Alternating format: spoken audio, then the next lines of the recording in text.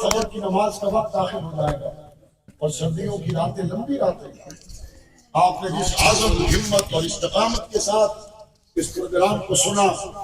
بس یہی وہ لوگ ہیں جن کو دیکھ کر یہ کہا جا سکتا ہے آپ نے اپنے اکابر کی میراث کو مضبوط ہاتھوں سے تھام رکھا ہے۔ اور آئندہ کل انشاءاللہ مشائخ اکابر علماء کرام آپ سے مخاطب ہوں گے، لیکن میں آپ سے ایک وعدہ لینا چاہتا ہوں۔ کیا آپ یہ سمجھتے ہیں کہ اس اسٹیج سے دیا جانے والا درس، اس اسٹیج سے کہی جانے والی بات حق کہی جاتی ہے؟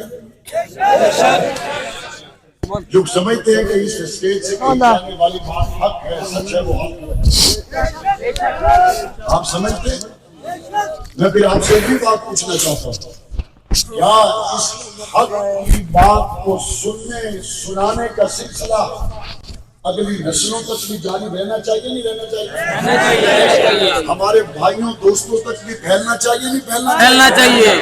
پھر آپ نے آئندہ کل بالخصوص اور آئندہ ہونے والے اجتماعات میں بالعموم اپنے بیٹوں کو ساتھ لے کے آنا ہے، لے کے آئیں گے انشاءاللہ، اپنے بھائیوں کو ساتھ لے کے آنا ہے، اپنے دوستوں کو ساتھ لے کے آنا ہے، تاکہ یہ حق کے ساتھ جو خوبصورت تعلق اس اسٹیج کے ذریعے قائم ہے یہ نسلوں نسلوں تک پہنچ جائے۔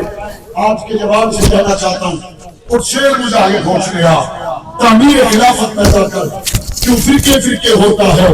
اب ایک جماعت کو پیدا کر تو بھی ترقی دنیا میں، اسباب تجارت پیدا کر، قارون کی دولت ٹھکرا دے، عثمان کی دولت پیدا کر، اسلام سے نام کیوں مرتا ہے،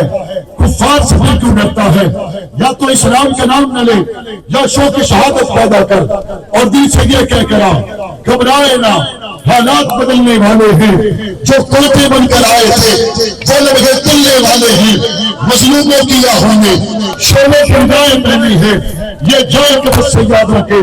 اب سنڈے گلنے والے ہیں، ہمت لگی طوفانوں میں جذبوں کو ہمارے چھین سکے